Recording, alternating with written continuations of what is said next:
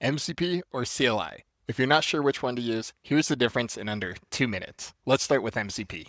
MCP stands for Model Context Protocol, and it's an open standard that lets you connect your AI tools like Claude, ChatGPT, or Cursor to tools like Metabase. So if I jump into Claude, you can see here I have my Metabase connector and we have access to tools. So we have interactive tools, read-only tools, write-delete tools. So let me show you how this works. So I'm going to go ahead and fire off a prompt. And this just says, show me products by product category as an inline Metabase chart. So Claude found some tools and it generated this nice inline chart for me. CLI stands for Command Line Interface, and with the Metabase CLI, you can manage Metabase content directly in your terminal. So I'm going to come in here and I'm going to do a mb-help.